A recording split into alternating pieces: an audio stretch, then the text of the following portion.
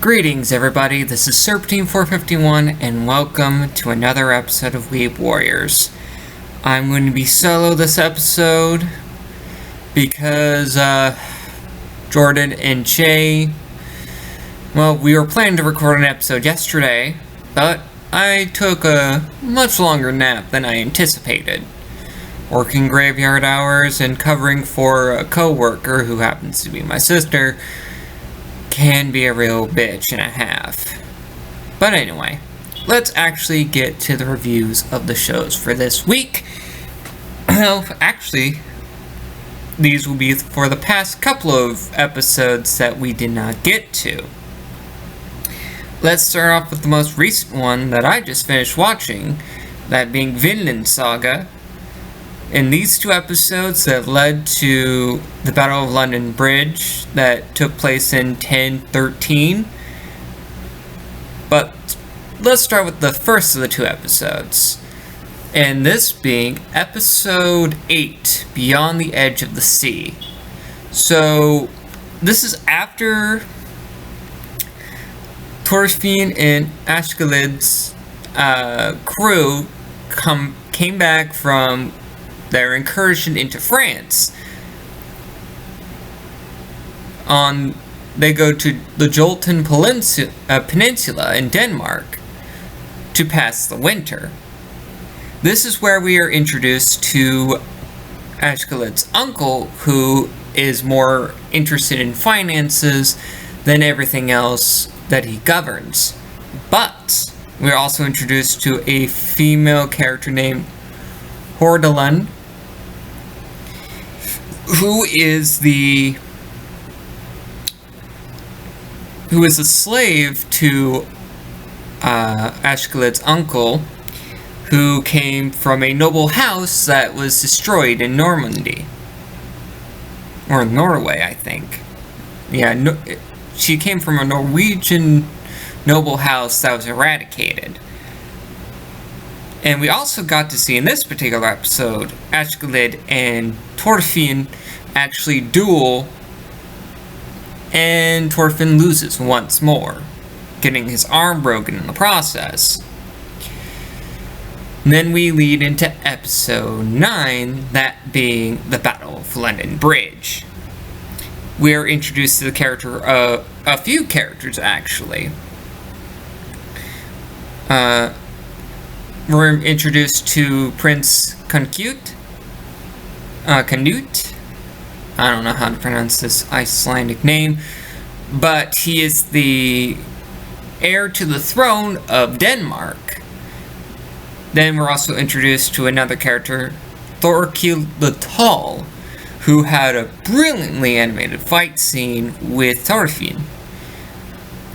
But essentially, the end of this episode was just a fight scene with a bunch of, with the Danish army trying to invade it into London, but stopping at the London Bridge because Thorkild the Tall and his forces are, well, let's just say, too strong for everyone else and for their own good. But let me just go to Do Not Disturb on Discord for a hot second here. Sorry about that, folks. But anyway, that's essentially it. Vinland Saga is still as violent and bloody as all the other shows that I've seen this season, and I still enjoy this show very much so. And there's also just so much interesting history behind this part of the world and this time period. But I'll end things there. Then we will get on to the rest of the shows, where let's also start with the Funimation show, that being How Heavy Are Those Dumbbells You Lift, and those being episodes 8 and 9. What If We Get Lost, and Have You Seen God Before? Episode 8, essentially, we are introduced to the other two teachers, Aina Sensei and Kure Sensei, and it is shown that Kirei-sensei is actually a lot fitter than she gives off, which terrifies the rest of them because at the age of 34, she could still whoop some ass or give a threatening impression. This is also where Hibiki, Aina-sensei, and Satomi get lost in the woods, climbing what's supposed to be Mount Fuji, and they're climbing a trail in the in the suicide forest, which is very funny and very it's very funny because Hibiki and Aina-sensei thought they were going to die. Well, they all thought they were going to die, but Hibiki and Aina-sensei just decided to write their death wills and whatnot. On top of that, we also had them climbing a tree in their underwear because they thought that the topmost part of the mountain, which wasn't the case because the rest of the group was on the highest peak of the mountain. And we also got to learn how to actually properly climb a mountain. It's kind of like how you're climbing stairs. I thought that part was cool. And that episode was pretty funny. But the funniest episode by far, and the one that I can remember the most, is episode 9. That being the episode called Have You Seen God Before? We are introduced in person to the Arnie lookalike himself, Barney Schwarzenegger. This man is a true legend and the master to Machio. When Machio trained and went to college in America and just took up bodybuilding. And Barney decided he wanted to induct Machio into a local competition for bodybuilding. And we also got to learn the finest of rules when it comes to bodybuilding. And it was great to see Hibiki and Ayaka just geek out over this strong man of legend. And Satomi, in a bit of comedic timing, basically says, "Oh yeah, I remember you from that one movie where you basically play an android in order to try to kill a kid," hinting at the Terminator, since Barney is clearly an Arnold Schwarzenegger parody, and that was great. That was so funny. And his assistant is a parody of Jason Statham. That is also hilarious. But the best part about this is that Machio pulled off such a magnificent display in the bodybuilding competition that apparently everyone's clothes was torn off, just in a pure psychic vision, and everyone was just astounded, like they saw the eyes, like they saw the face of God.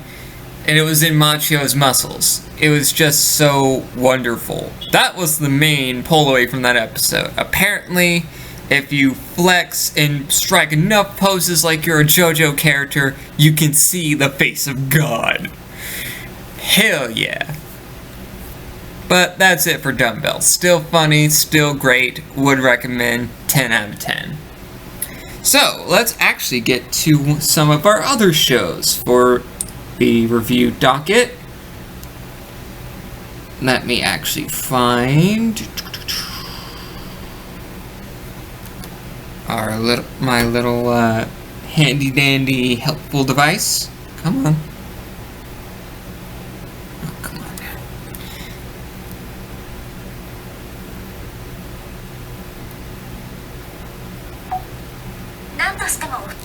Let's not deal with that nonsense.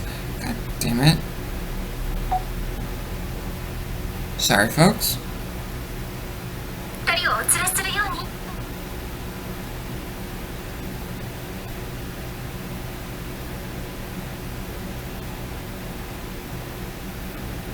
No. Yeah, well, apparently my phone's back feature is pretty much out of commission, folks. I'm apologizing. And since it was the show that decided it wanted to present itself like a creature bent on presenting it like a peacock trying to go on full display here, let's actually go to Isekai Cheat Magician. And these would be episode 7, Summoner, and episode 8, Royal Capital Wind Effects. So with Summoner, basically it's the end of the fight between the monsters invading the town that Taichi and Rin are a part of the Adventurers Guild for. And upon them defeating the monsters, one casual and the summoning of a giant dragon, in fact, that Taichi had to fight in order to prove his worth, Anna the assassin lost her life, which deeply saddened Taichi, because he promised to protect her, but ultimately she died because of a trick that the Colonel, where we know his name now as of episode 8. But that's one thing. And then, speaking of episode 8, Royal Capital Wind Effects, we actually know where Taichi and Rin, well, the reason why they were summoned, because of a feud between two brothers, the king of the nation and a duke who is his younger brother, because they were feuding because of a feud. They explain it more in the episode, but I can't recall off the top of my head. My apologies, folks, but allow me to continue regardless. We're introduced to Princess Charlotte, where she laments the fact that she's sorry for summoning Taichi and Rin and taking them away from their happy lives without war or bloodshed. But Rin and Taichi say, well, we'll solve your problem for you, and you just figure out a way for us to get home. That's all you would have to do, really. But still, good episodes, but the funniest bit is where, in order to prove how strong Taichi and Rin are, since they're technically outsiders, the king decided to send his general of the army to test Taichi's strength, which was so funny. Simply put, ladies and gentlemen, this woman fought Taichi to a standstill, to the point their swords break and they went into fist fight mode, and Taichi does defeat her, and to the point where she basically says, hey, I'm available, marry me, I'll be docile, dedicated, and I want 3 kids. And Taichi's like, oh, fuck no. Very hilarious, very great, very funny. Still, good show. Very good show. So, since we're done with that, let's actually go to Are You Lost? Episodes. Oh, come on. You know. Episodes 9 and 10, Home and Raised Papa and Honeybee. So, I can boil this down to into very simple sentences for these 2 episodes. Basically, we learn more about Homeray's dad and the survival techniques he pretty much taught her, and that's essentially all of the episode is about. And then episode 10, Honeybee, we primarily focus on the girls discovering honey because Shion wants something sweet to eat. They actually find a beehive and a log, and they had some tactics to use in order to actually get the honeybee, to get the honey. Homeray gets stung a few times, and Shion, wanting to prove her worth, saying, hey Homeray, I actually want to help you I want to go fishing with you to prove that, to make up for what I did with the honey incident. And Homeray's like, yeah, sure. And since Shion can't swim, she gets on a raft, but the raft itself gets gets pulled into the sea more, and now the next episode is all about the girls rescuing Shion from the ocean. And that's pretty much it. And now let's get to Magical Senpai. Yep. And these would be episodes 9 and 10. Bias Senpai, Makeup Exam Senpai, Ice Cream Senpai, and Swimsuit Senpai. I can sum this up really quick as well. The first vignette, Bias Senpai. Basically, our magical senpai wants to do a trick where you pretty much have to guess who says something written on a piece of paper. And as you can probably tell, it doesn't go well for her. And then in the vignette, Makeup Exam Senpai, she and Saki actually have to take up a makeup exam, and in order to actually beat Saki in a number game, she thought, oh, I can just use magic to win and beat her, to prove how smart I am. And she was about to actually beat her until she threw out a celebratory fist into the face of one of the teachers, where both of them actually have to stay in the room in order to finish the test. And then in Ice Cream Senpai, since they had a very long day in the hot classroom because they actually had to do club during summer, Senpai decided, hey, I want to do a magic trick that involves ice cream. It's like, do you guys want ice cream? And everyone's like, yeah, I want ice cream. And then they actually saw that the inside of the ice cream box had nothing in it,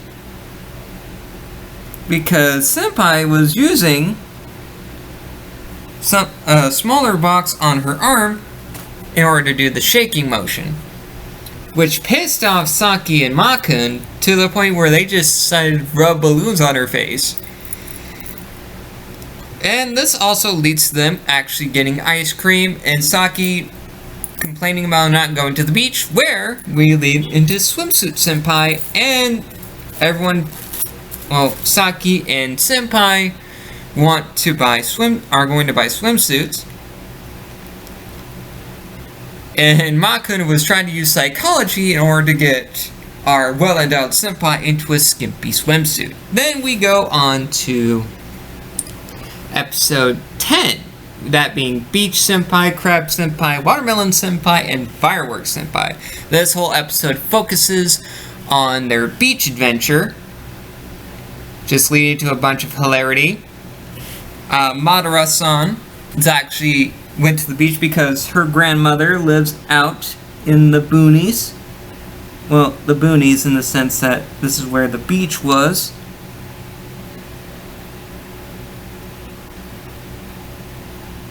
And we also learned through the power of science how you can see the sunrise when you're standing up, but you can't see the sunset when you're laying down, but you can see the sunset while you're standing up.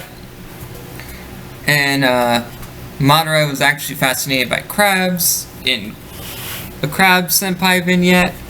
We also got to have that watermelon game where Senpai completely destroys everybody, and in turn they pretty much treat her like garbage. And then we have Fireworks Senpai, where in typical Senpai fashion, she tries to do a fire trick. Assistant Kun's like, nah, you're not using fire. Which she ends up doing so anyway, and lights up all of their fireworks that they brought with them. And a wonderful display, might I add. It was a truly wonderful display.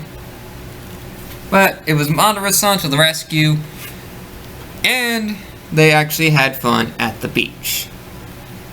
That's pretty much it. Now let's go into Dr. Stone. These are episodes 8 and 9. Come on. So, episode 8, Stone Road, and episode 9, Let There Be Light in the Stone... Let There Be Light, the Light of Science. Basically, in Stone Road, from what I can remember, they decided to formulate a plan to make medicine, well, penicillin, from natural materials, most notably from rock. And it was very interesting to see them go that far in their plan to actually generate electricity, which is from episode 9, Let There Be the Light of Science. We are introduced, oh, and also in episode 8, our crew made ramen so Senku can actually use the townsfolk to his advantage to generate electricity in episode 9.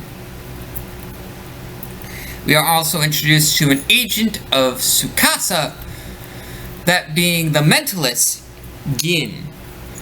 Now, Gin's a very funny character. I like him as a sort of antagonistic individual. He was a famous person before the Great Stone Wave, and now he's in a world where he basically will side with anybody that can give him women. And that's pretty much it. And the great lengths that Senku and the crew actually go through to actually make electricity, even destroying Kinro's golden spear, which I thought was one of the funniest things in the episode. That's essentially it. They were able to actually generate electricity with powerful magnets that they actually had to make themselves. Very good. Classic. Good episode, good series. Would highly recommend. Next up, we will have Fire Force, that being episodes 7 and 8. So, investigation in the first, the members of Company 5 and 8 get together for a cookout, ostensibly to celebrate a successful nighttime training exercise, but using the bylaws of the Special Fire Force, Obi and Shinra and Arth are temporarily assigned to the first to investigate it. That's the blurb from Episode 7, Investigation of the First commences. That essentially is the entire episode. And we also got to see a scene where Princess beats the shit out of one of her subordinates for calling Shinra a scumwad, which is very hilarious. I found that very funny. And we also got to, and we were introduced to the other the lieutenants of the first, which are actual priests, Rika, Clem, and Lee. And Rika has a very interesting personality where he repeats words consistently, and I'm like, the fuck, bro? What are you on? But still, pretty damn funny. And then we get into episode 8, Infernal Insects. Obi goes over Hibana's research and learns that the artificially created infernals she dissected had all traces of insect DNA in them. Shinra and Arthur's investigation at the first continues as they finally get their first lead on a culprit. This culprit is infecting people with an infernal, with a bug that can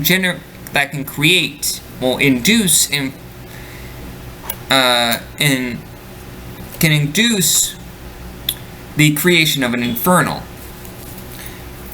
which And the culprit is actually Lieutenant Rika of the 1st Division. He calls himself an evangelist of the religion of soul, which he's driven to finding the light, or the pilot light, to a great fire that will change the church. He sacrifices regular people, even children, and it's going to make Tamaki the fall person in this whole situation. He was able to get his pilot light, but he was going to test on more children to see if any of them will fight through their transformation. But Shinra comes to the rescue after Clem is informed of their plan and the truth of the person behind the creation of the artificial infernal-inducing insects. And next episode will be hopefully a fight scene between Rika and Shinra. That will be awesome. I am really looking forward to it. David Productions know how to animate fight scenes very, very well. And I cannot wait to actually see what happens next. Well, let's actually go to the next show. In order to make this really short and just kind of snappy, let's just go to Isekai Mom. Let's just call it that, folks. So, episode 7. Students are the protagonists of a school festival, but people wearing school uniforms are included too. The person who'd been whispering her hate about Medi Mama is actually Medi herself. Medi was loyally doing what her mother told her to do, but it was secretly feeling extremely stressed and angry. When Masato and his mom find out about this, they decide they want to help her. Meanwhile, the school holds a festival, and parents are allowed to participate. The group decides to open a small cafe where Mamako will cook. Medi Mama opens a cafe of her own and insists on competing with Mamako to see who can sell more. Mamako reluctantly agrees, but that's essentially the episode. They try their best to kind of get Medhi to really talk about her issues with her mother and how intense her mother can be. She was able to make friends with Masato, Porter, and Wise. It was nice and lovely until the end of the episode where Medi Mama actually just smacks her daughter, calls her a failure, and Medhi, under such immense pressure and hatred for her mother, she transforms into a dragon, which leads into episode 8.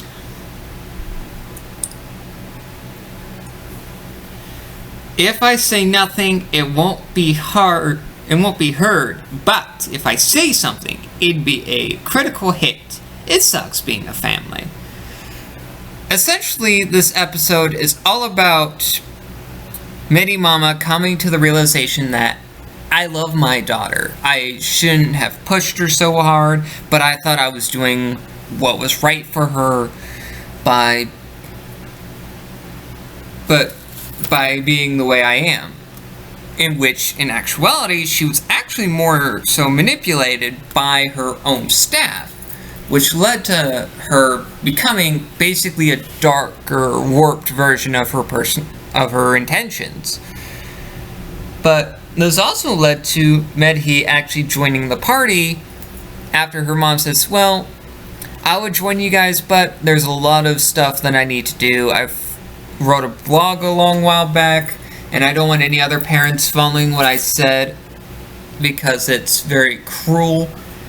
So I'm going to go back to the real world and make up for my mistakes, but Medhi will actually stay and join your party.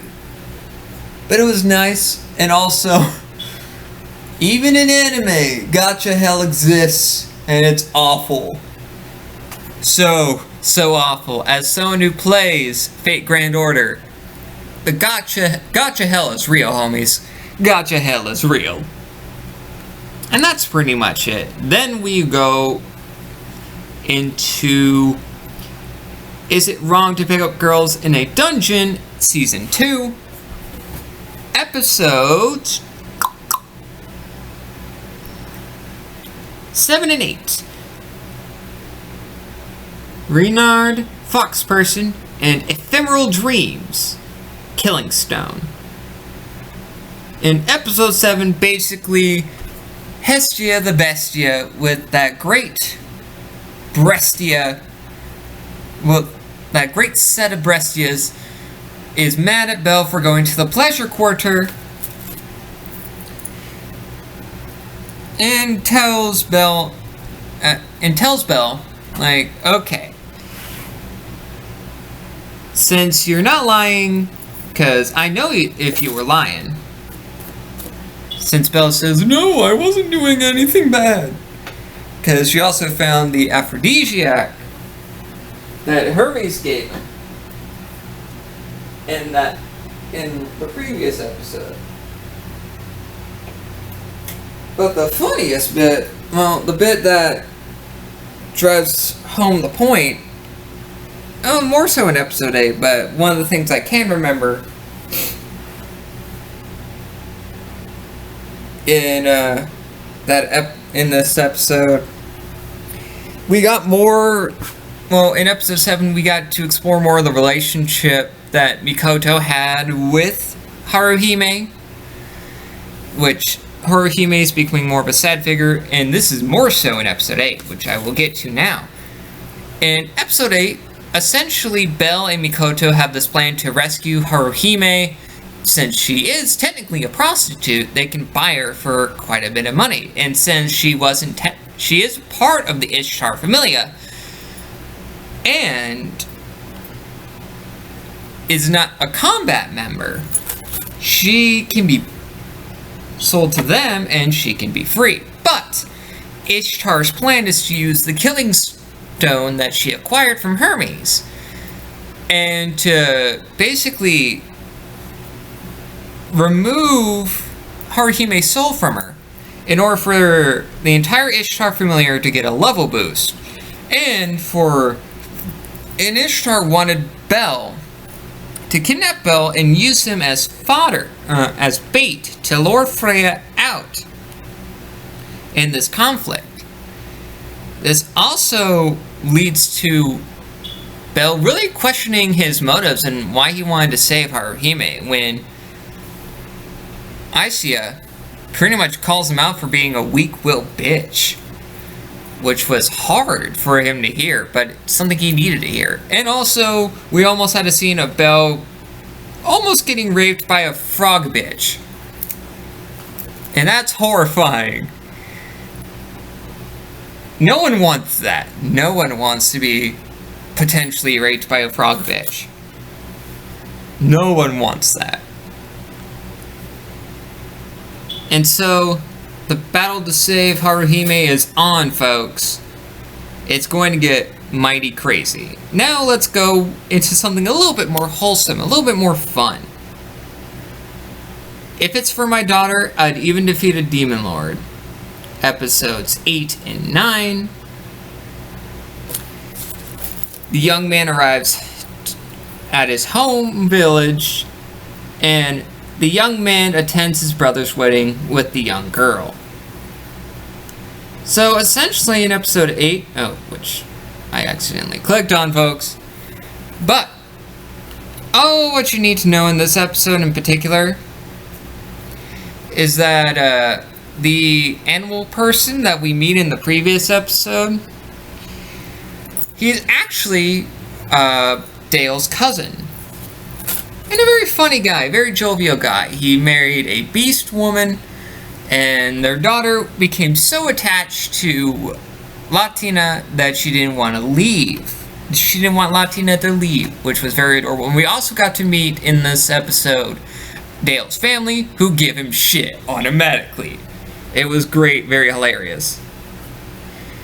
And episode 9, basically, Dale's grandma introduces Latina to a local family that trains hunting dogs, and they prepare for the wedding for Dale's sister, Dale's brother, Dale's brother York, since he's going to be the next head of the village. And episodes 7 and 8 kind of explain, well, mostly episode 8 explains why Dale is away from the village and doing what he needs to do. He essentially took on a last name that meant that he's an adventurer, since in his village of Tailsu, they don't have last names per se, they actually have occupations as their surnames. And since Dale's family is kind of like the heads of the village, they have a different surname compared to him. And we also got to meet York's wife. She didn't play too much of a role in the episode, but she was still very lovely.